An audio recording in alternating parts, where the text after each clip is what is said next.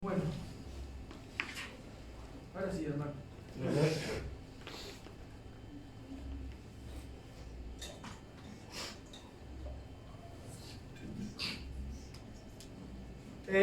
Segunda Reyes. Vamos a ir al libro de Segunda Reyes.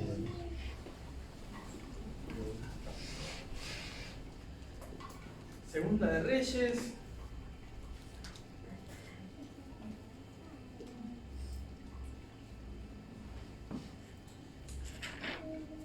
Capítulo 9.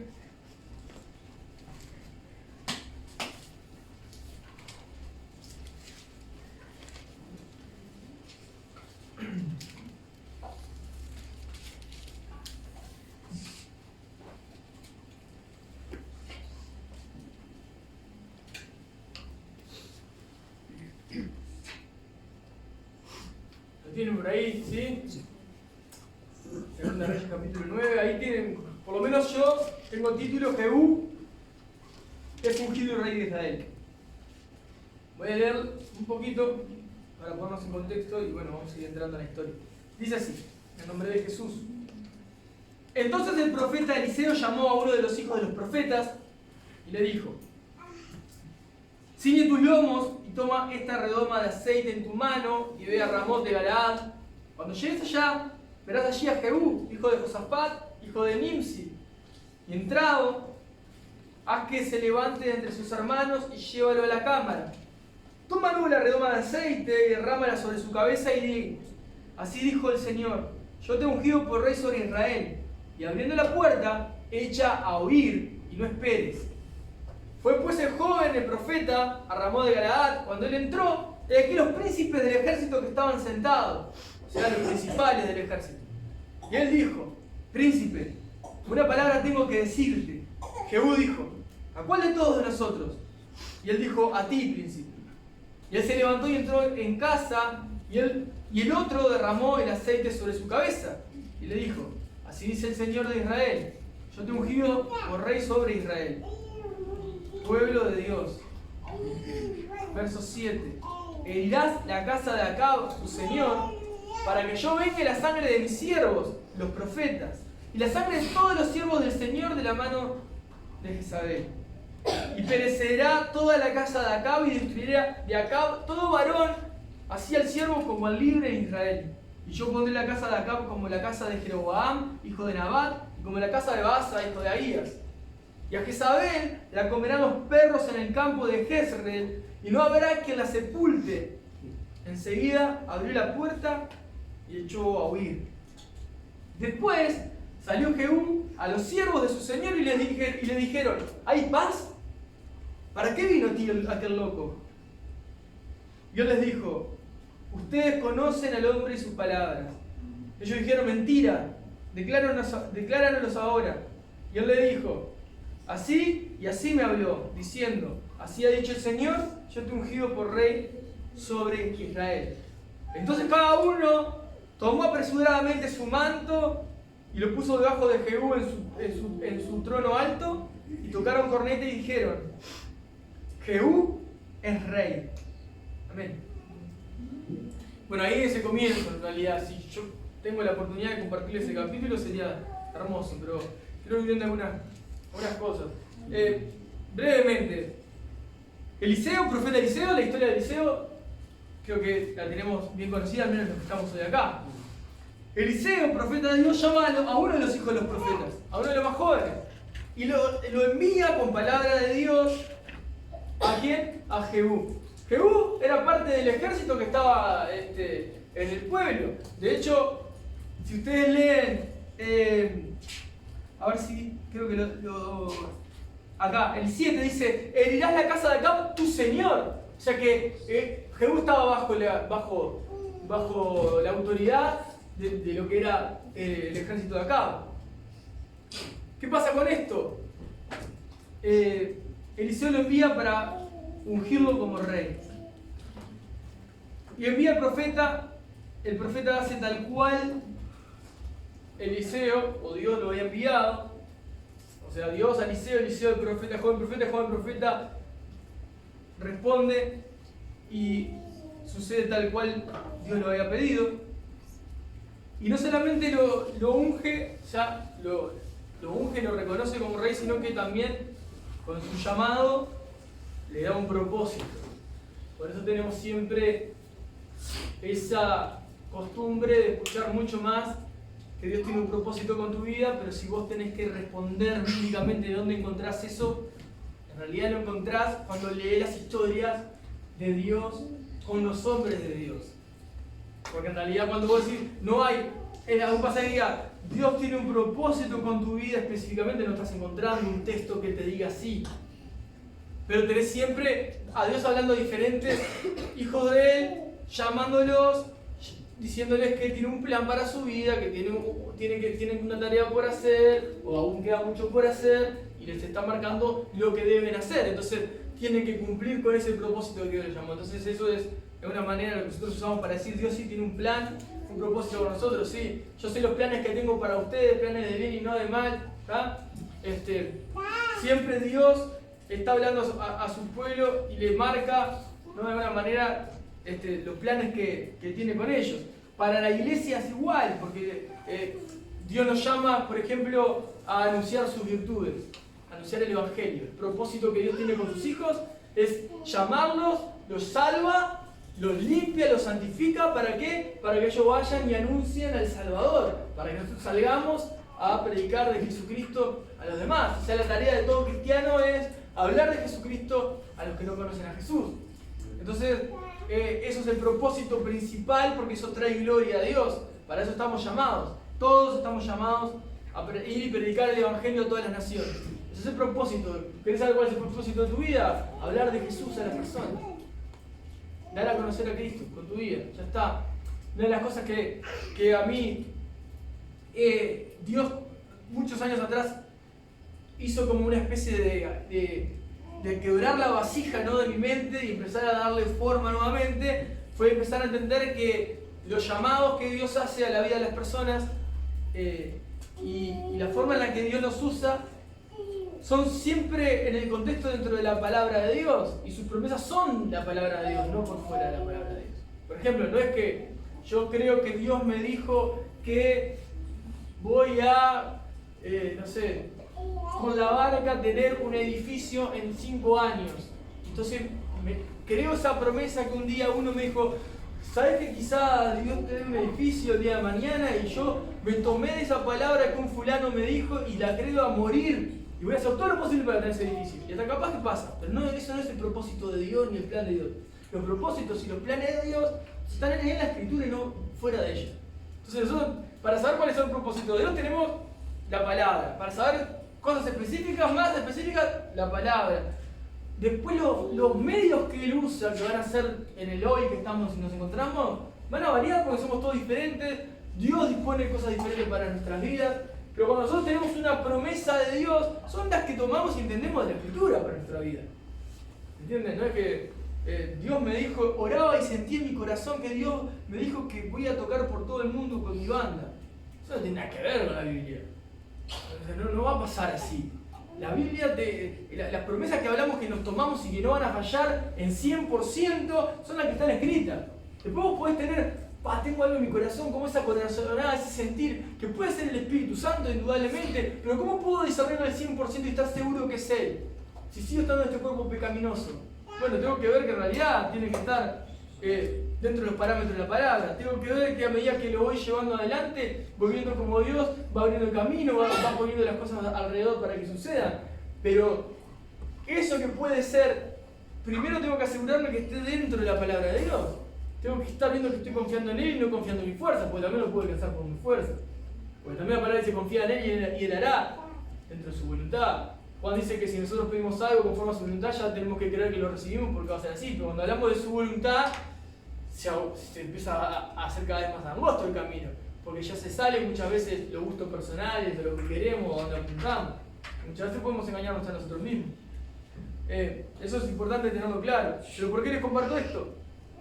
Porque acá se está viendo el propósito, o vamos a decir, el plan y el primer llamado o el primer propósito que tenía Dios con Jehú. Porque envía al profeta, pero le dice, lo vas a ungir como rey y le vas a decir esto. Y si ustedes leen el verso 8, le explica lo que iba a suceder Y le dice, el 7 le decía, herirás la casa de Acab tu señor. Piensen esto. Él estaba bajo esas órdenes. Y le está diciendo de una manera, vamos a traicionar a las personas con las que vos estás. Dios le está diciendo, vos vas a traicionar a los que vos estás. Y no es muy alocado pensarlo, porque ustedes, yo lo voy a hacer siempre así en paralelo, así lo hacemos mucho más fluido. Si ustedes lo piensan con nuestra vida, sin ser cristianos, cuando Dios nos vino a buscar, cuando Dios nos llamó, cuando Dios nos habló, nosotros traicionamos a todos los que no creyeron esto como nosotros creímos. Nosotros traicionamos a todas las personas que no creen como nosotros las traicionamos. Porque nuestros valores cambiaron, porque nuestra forma de hablar cambió, porque nuestra forma de querer cambió, nuestros deseos cambiaron, nuestra forma de mirar la realidad cambió. Y ya no es como nos movíamos antes, en el círculo como nos movíamos antes, ya no nos movemos como nos movemos antes.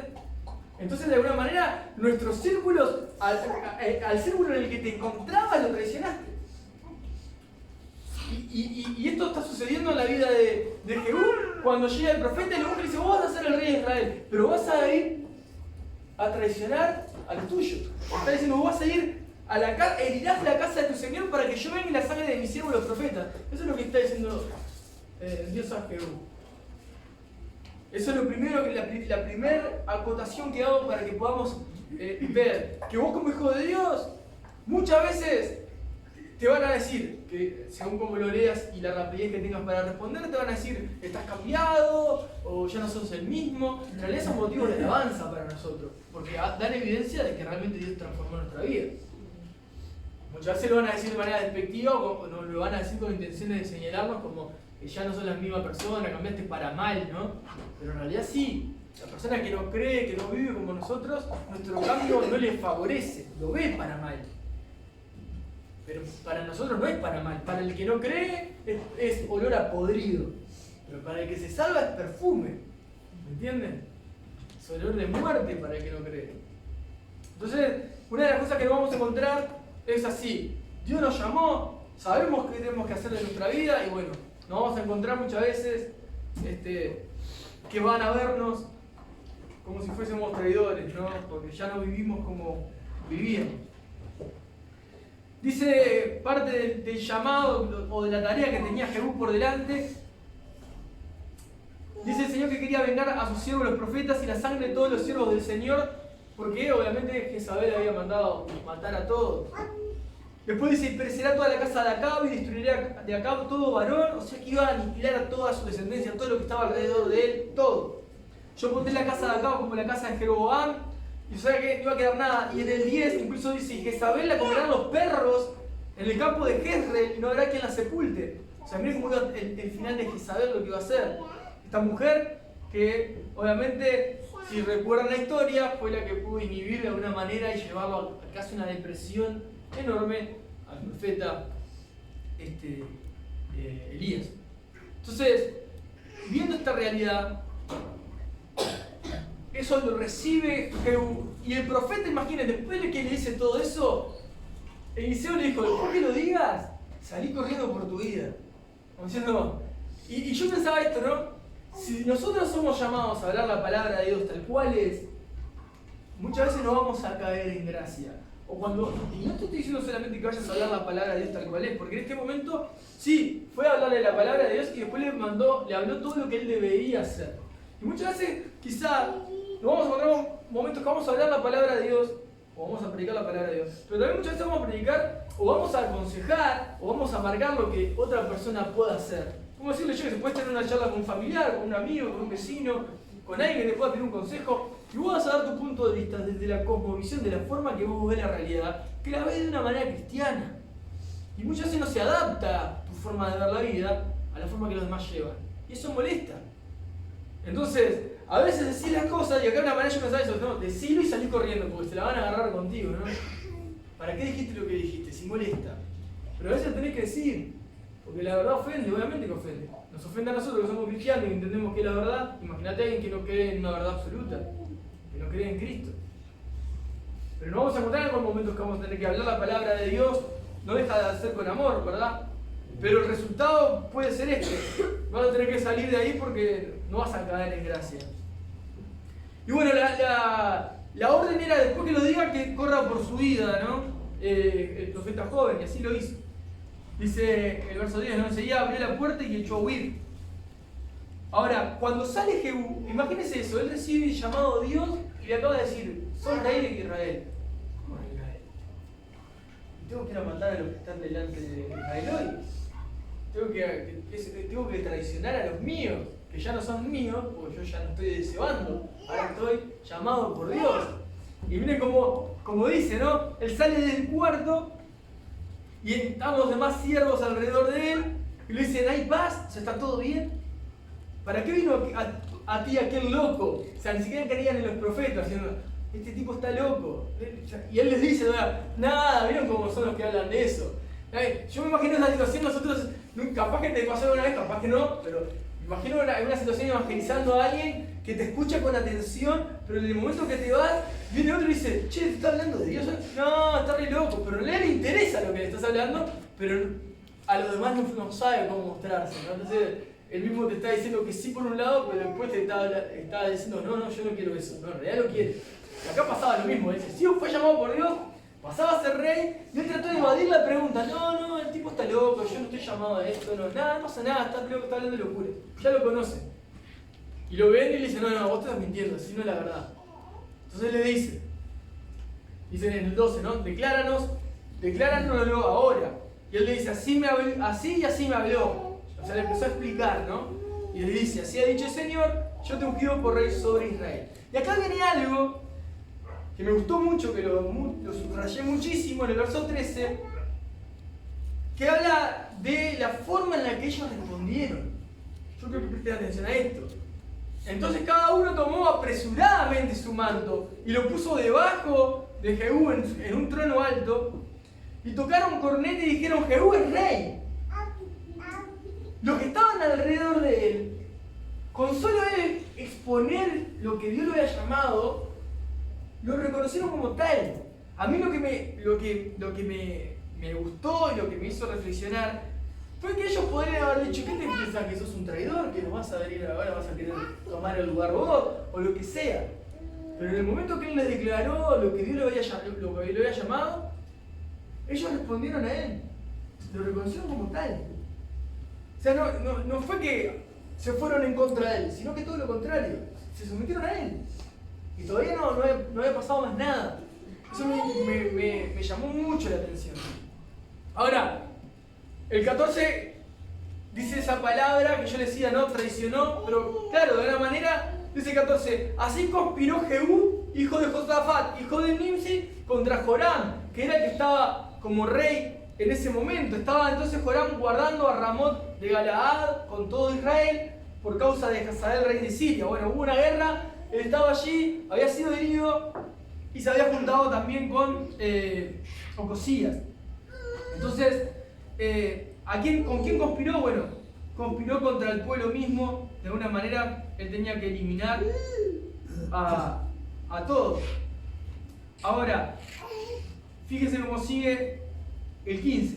Pero se había vuelto el rey de Joram a Jezreel para curarse de las heridas que los sirios le habían hecho peleando contra Hazael, rey de Siria. Y Jehú dijo a los que estaban con él, ¿no? A los que lo habían reconocido como rey: si esta es su voluntad, o sea, si ustedes quieren que yo sea el rey, ninguno escape de la ciudad para ir a darle las nuevas en Jezreel. O sea, no vayan a Joram para avisarle que yo tengo que ir allá, porque yo lo tengo que matar.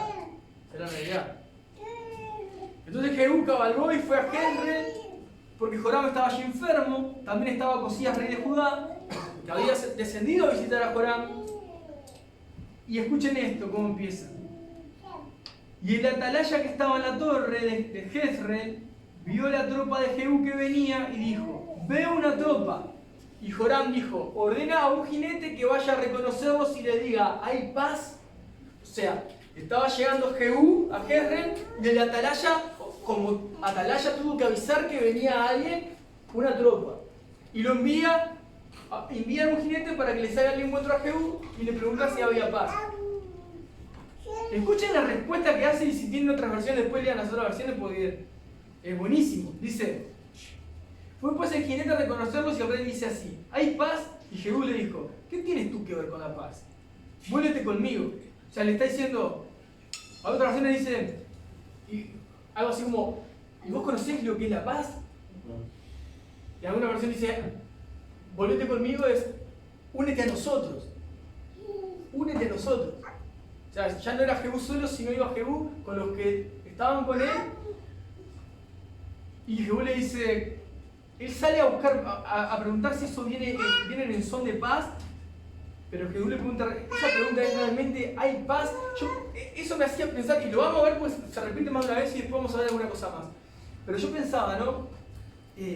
Piensen por un momento esta situación. Pero no del lado de Jehú, sino del lado del jinete que tiene que ir a preguntar si hay paz para con el que llegaba, ¿no? Ese hombre lo envió Joram. Y la contrapregunta para mí viene con esa idea capciosa, ¿no? Como me está diciendo otro tipo, me está haciendo esa pregunta, pero de alguna manera, ¿qué tienes que ver tú con la paz? ¿O sabes realmente lo que es la paz? ¿Verdad? Entonces yo pensaba, ¿cuántas personas sabemos que sin Cristo es diferente? Pero aún siendo cristianos muchas veces podemos llegar a malinterpretar, ¿no? Y nos acostumbramos a cierta forma de vivir. Y a veces no hay paz. Y es una pregunta para hacernos aún siendo cristianos, ¿no? ¿Qué tienes tú que ver con la paz? ¿Sabes tú realmente qué es la paz? ¿Estás viviendo una vida en paz? Este hombre iba a preguntar si venían en son de paz, ¿no?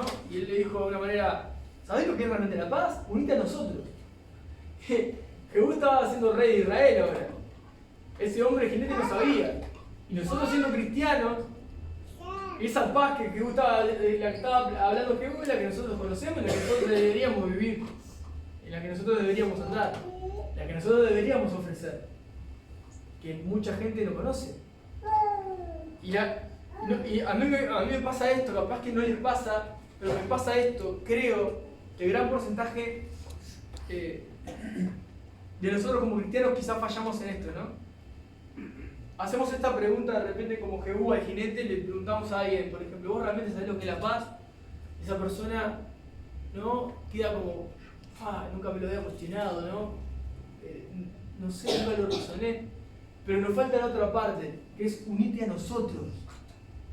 Hay como una especie de temor, de temor, pero no de temor reverente, de miedo o de incredulidad en la mayoría de cristianos, que cuando presenta el Evangelio es como que la parte que uno tiene que decir que es, vení, juntate conmigo. ¿Cuándo nos juntamos? Vamos a orar. ¿Oramos ahora? ¿Querés que ore por vos?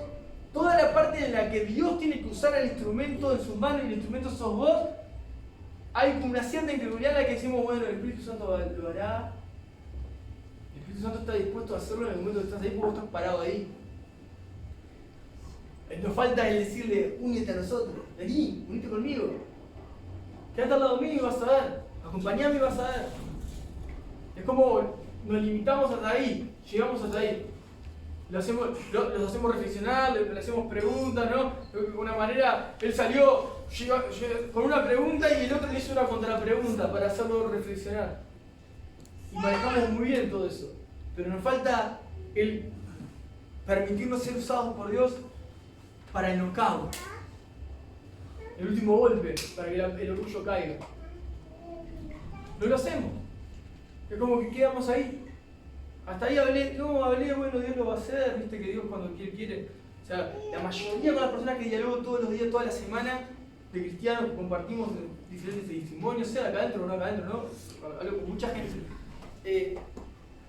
Las conversaciones con personas que no creen o que llegan a nosotros quedan ahí, llegan hasta ahí. Son muy pocas las veces que se da el paso siguiente.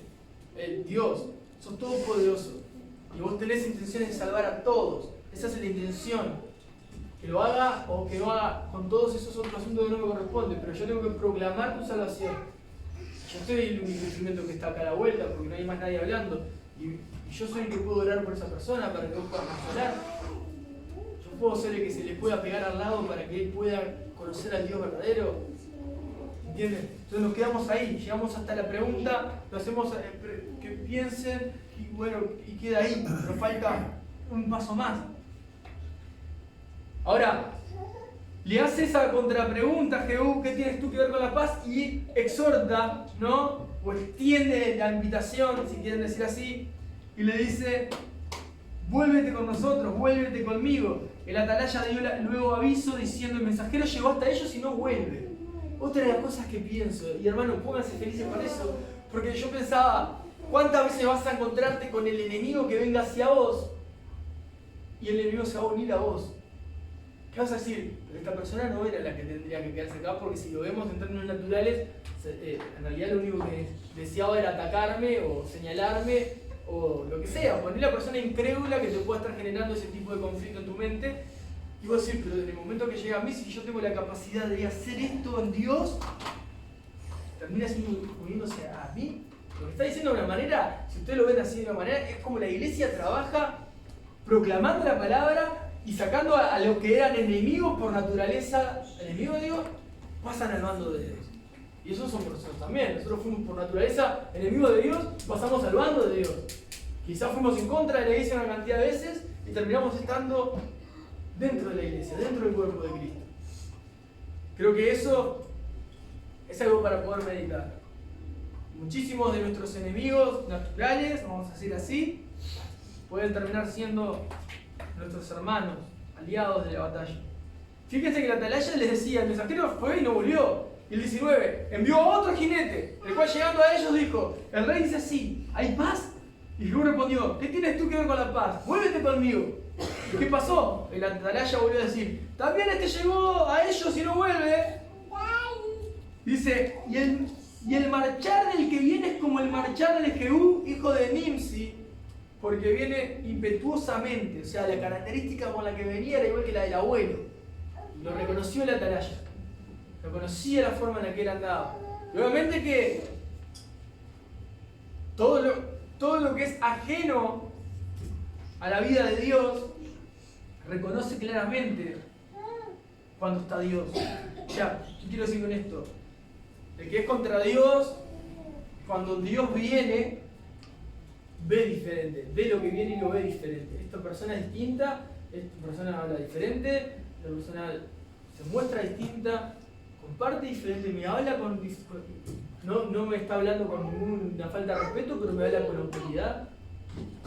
A mí me gusta cuando Jesús se presentaba de repente, habla como quien tiene autoridad. Sin estudios, sin nada, pero como quien tiene autoridad. Claro, ¿qué quiere decir? Porque hablaba con convicción, con claridad, sin titubear, no se achicaba por quien tenía enfrente.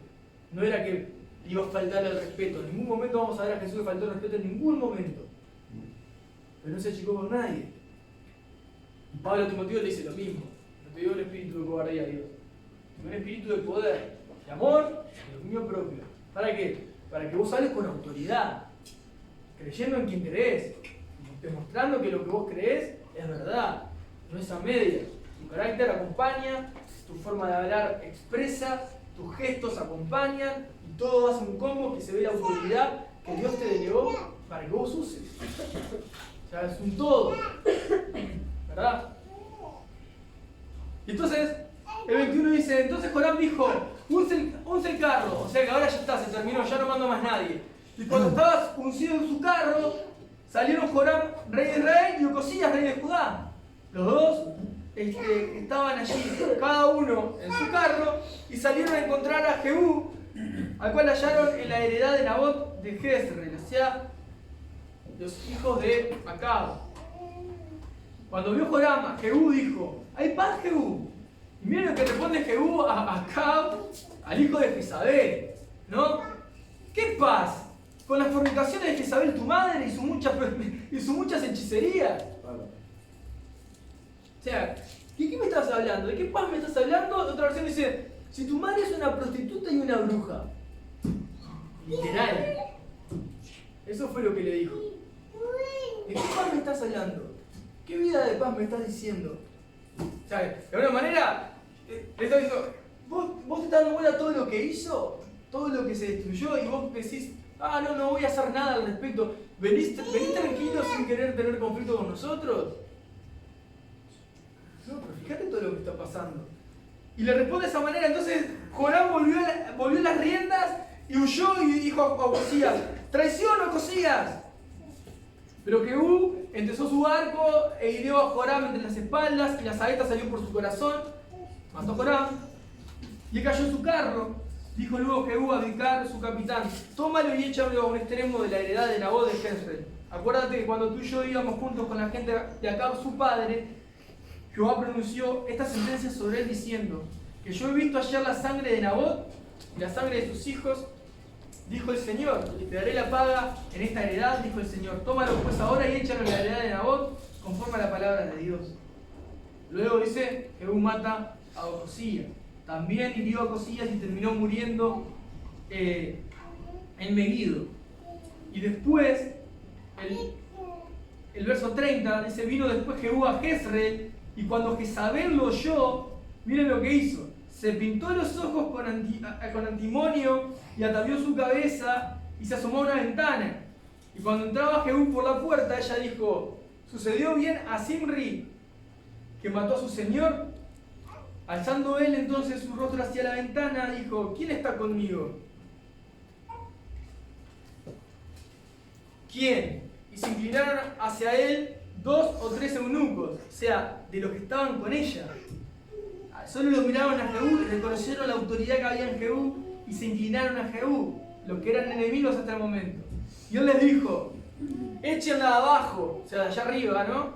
Y ellos la echaron y parte de su sangre salpicó en la pared y en los caballos y él la atropelló. Entró luego y después que comió y bebió dijo: vayan ahora a ver a aquella maldita y sepúltenla, pues es hija del rey. Pero cuando fueron para sepultarla, no hallaron de ella más que la calavera y los pies y las palmas de las manos. Y volvieron y se lo dijeron. Y él dijo: esta es la palabra de Dios, la cual habló por medio de su siervo Elías, Tisbita, diciendo: en la heredad de Jezreel comerán los perros de las carnes de Jezabel. Y el cuerpo de Jezabel será como estiércol sobre la faz de la tierra en la heredad de Jezreel, de manera que nadie pueda decir: esta es Jezabel. Así terminó el enemigo. Ya, el pueblo de Dios estaba en manos del enemigo, constantemente. Ahora, de dentro del enemigo, Dios aparta y llama a Jehú a ser rey. Y si nosotros lo vemos, no es ajeno a la vida de la iglesia, porque nosotros, como el apóstol Pablo que perseguía a la iglesia, sin Dios éramos enemigos de Dios. Pero Dios, desde adentro de los enemigos, saca.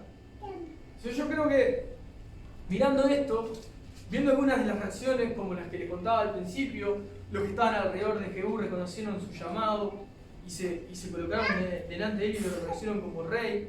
Esa forma, ¿no? Esa humildad que tuvieron para poder ver y reconocer cuando Dios lo había llamado a esto. La forma en la que él recibe el llamado y cómo él lo lleva adelante. La forma en la que se van uniendo los enemigos, no vuelven, se van. Es como si viniera gente con otras intenciones a una reunión y terminen estando entre nosotros. Venía con intenciones de lo que sea, que se te ocurra, pero terminé conociendo a Dios, terminé volviéndome a Él. O sea, muchas veces no sé si entendemos de alguna manera que Dios puede hacer y deshacer, puede levantar y puede derribar de la manera que Él quiera, de la forma que Él espera, de la forma en que menos entendemos, que puede llevar sus planes. Cuando dice, mirás alrededor y dices, no hay nada, Dios dice, sí hay. Dice, pero yo no veo nada, no hay esperanza de nada, ¿no? Sí hay. Yo hago un pueblo donde no hay pueblo. Yo transformo corazones donde parece que hay piedras. Ya, entonces, viendo el texto, viendo cómo Jehú fue llamado rey y cómo venció y cómo limpió, de alguna manera pudo vengar, como decía el Señor, vengar a todos los que habían muerto por manos de Jezabel y de Acab. Destruyó toda la descendencia de Jezabel y de Acab. Joram, Ocosías, sus hijos estaban reinando. O sea, los mató, limpió toda la tierra y muchos de esos enemigos se unieron a Jehú. Viéndolo así pensaba, ¿no? Y reflexionaba cómo nosotros podemos estar hoy viviendo la vida de la iglesia y viviendo la vida, ¿no? como individuos, como cristianos. Y si realmente estamos entendiendo que esto también es una guerra. Pero en esta guerra, como también la palabra dice que no es contra carne ni sangre, es una guerra pura y exclusivamente espiritual. Aún al enemigo que vos tengas enfrente, que a veces lo tenemos que ilustrar exactamente con cara y con ojitos y con forma, ¿no? No es el que tenés ahí adelante, ¿me entiendes? No es el que no podés tragar o el que no podés digerir. Ese puede ser tu aliado el día de mañana porque puede conocer la verdad y la verdad lo puede hacer libre. Tiene todo para poder llegar a la verdad porque te tiene a vos primero y cerca. A veces no lo vemos, o sea, no nos consideramos como posibles instrumentos en las manos de Dios porque decimos, no, atrás mío no lo va a hacer porque yo no puedo ni ver. No, generalmente no lo puede hacer Dios, no. Generalmente Dios no lo hace contigo cuando vos tenés intereses en el otro. Pero justo cuando tenés desinterés con el otro es cuando dices, no, entonces sí, contigo. ¿Entendés? Como, no puedo ni verlo, bueno, vas a trabajar con esa persona. Pero vos, con esa persona. Sí. Ahora cuando decís, sí, me llevo re, no me interesa, entonces, no es por ahí. Es al revés. Dios obra de la otra manera. ¿Por qué? Y como lo compartía hoy con un compañero, ¿no? Yo le charlaba, le digo, mirá, creo que lo que te toca vivir es la única manera o la perfecta manera que Dios pueda tener para hacer algo en tu corazón que de otra manera no podría pasar. Nosotros siendo cristianos es diferente, nuestra historia ya sabemos que obra todo para que Dios sea glorificado a través nuestra. Pero creo eso, que aún las situaciones más adversas o las más incómodas que nos estén tocando atravesar pueden cooperar para la gloria de Dios, no solamente para nosotros como hijos, sino para su propósito divino que las personas se salven. O sea, no podemos eliminar el llamado. El llamado no es, Dios te llamó para ser glorificado. Sí, pero eso no es el propósito de Dios para que vos sigas con vida en la tierra. El propósito de Dios para que vos sigas en la tierra es que vos anuncies sus virtudes, vos anuncies el Evangelio, proclames la salvación. Entonces, es a través de ¿qué? De sus hijos que lo proclaman, por la locura de la predicación. Vos y yo somos esas personas que Dios va a colocar en ciertos lugares. A veces nos vamos a caer tan bien, a veces no nos van a caer tan bien, pero Dios las está colocando alrededor de nosotros, no alrededor de otras personas. Me imaginaba eso, porque me imaginaba cuántas veces nosotros nos toca, y muchos de ustedes comparten conmigo cargas, ¿no? Cuántas veces nos toca ser atacados, a veces totalmente injusto, ¿no? Pero aún así, pueden ser como esos que salen a decirle, hay paz, que vienen a nosotros, y en realidad no saben lo que es la paz. Vienen con argumentos como creyendo saber qué significan, pero no los están viviendo realmente. No saben lo que es amar, no saben lo que es el perdón, no saben lo que es la verdadera paz, no saben lo que es el arrepentimiento, no saben lo que es la misericordia, no saben lo que es la gracia, pero vos sí. Vos podés compartirlo y hacer lo que se una a nosotros. Cuando tengas a esas personas alrededor tuyo, acordate y mirá por ojo de misericordia, entendiendo que quizá puedan estar al lado tuyo el día de mañana peleando en la trinchera del Señor, una buena batalla.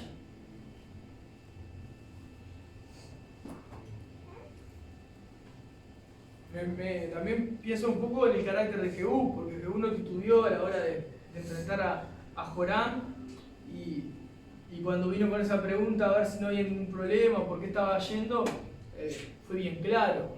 Y eso también es importante. Yo creo que no podemos... A ver, hay algo que tenemos que tener claro. Nuestros hermanos no son nuestros enemigos. Entonces cuando hablamos de enemigos hablamos de personas que están ajenas a la voluntad de Dios. O sea, que viven de espaldas a Dios, que no conocen al Dios verdadero.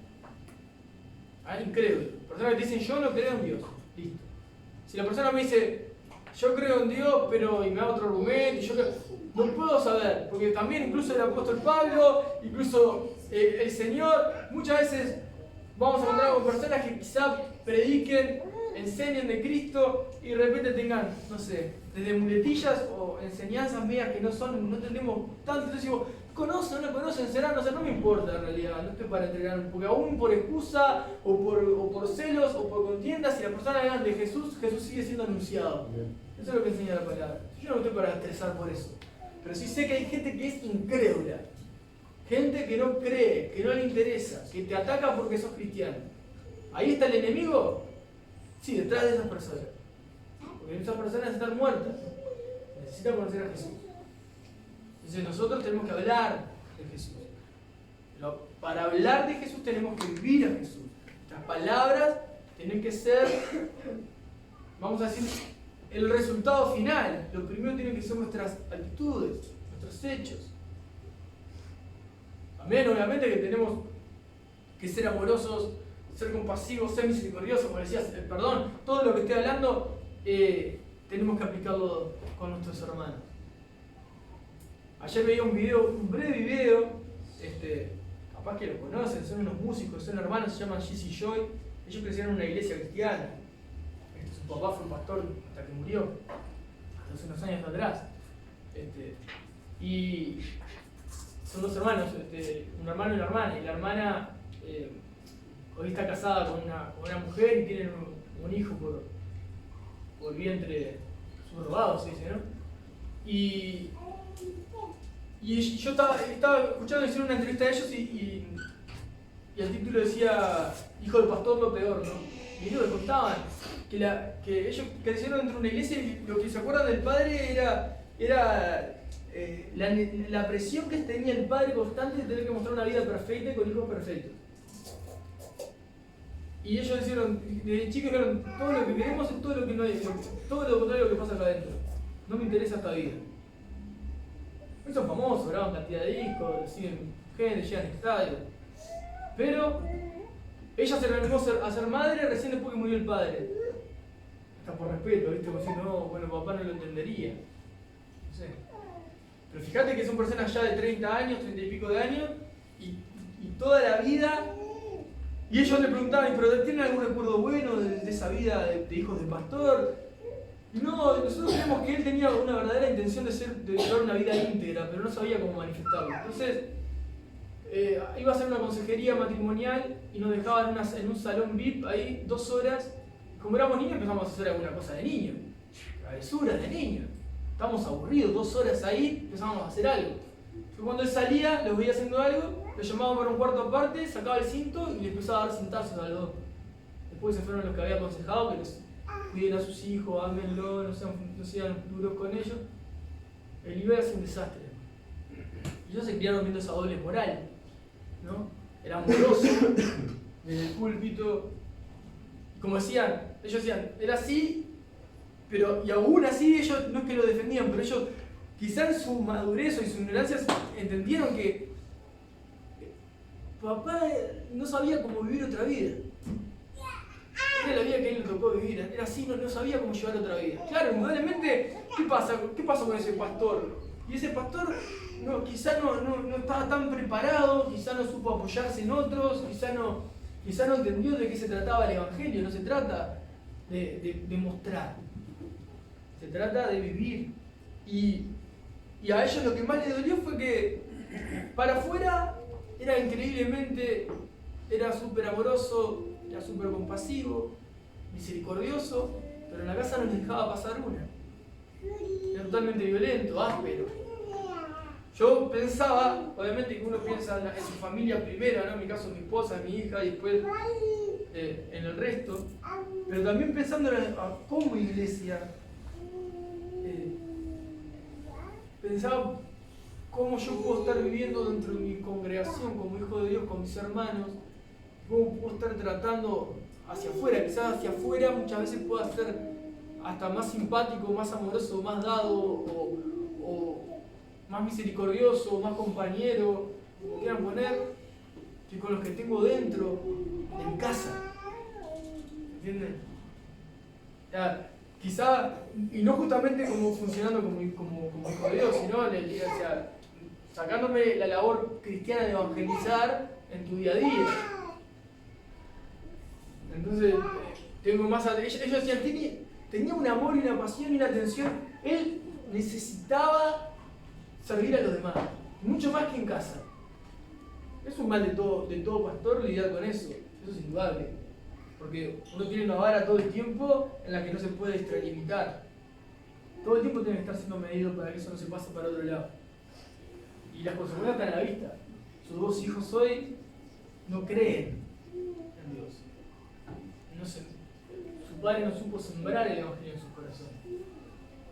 O sea, quizás con palabras, quizás leyéndole sermones, pero nunca la vida habló de Jesucristo, su vida no habló de Jesús.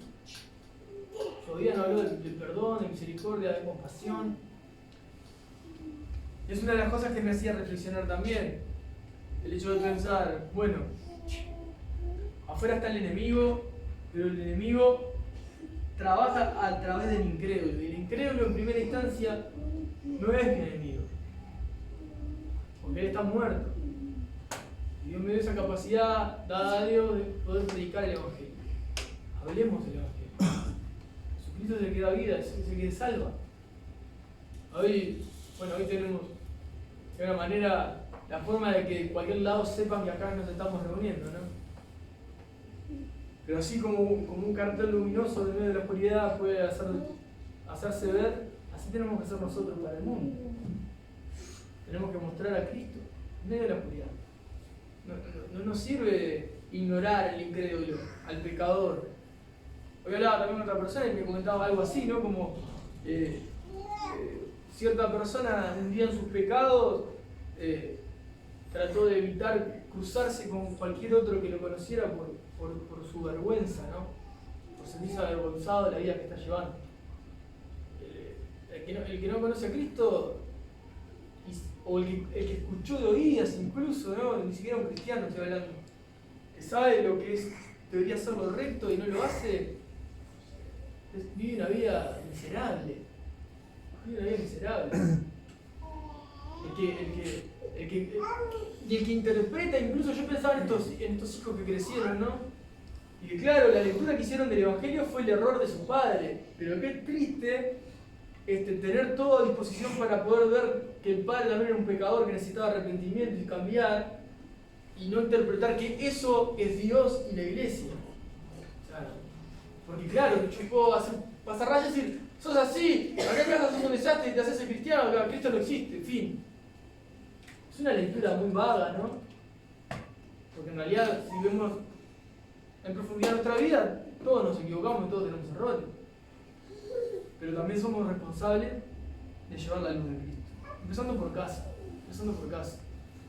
Y hablando a todo el que tengamos oportunidad. Así mismo si se enojan con nosotros. Yo también ayer lo hablaba con mi compañero que está pasando esa situación. Que se está separando. Le decía, a mí no importa el teléfono. Yo prefiero herirte. Yo prefiero herirte y que vos puedas reaccionar a que de repente en esta semana que te toca estar totalmente solo en esa casa, mañana me dicen que me tocaste, porque ya me ha pasado tener que recibir esa noticia. Entonces, yo prefiero agotar mis recursos en Dios y decir, Señor, yo hice lo que tenía que hacer. Y fui amoroso. Y intenté ser compasivo. También me llené de ira, de enojo por no ver reacción. Porque no ver que corra a vos, o no entrar en desesperación, pero Señor, yo no quise ser movido por esos sentimientos. Preferí que pueda entender por qué me pongo de esa manera o me coloco en ese lugar.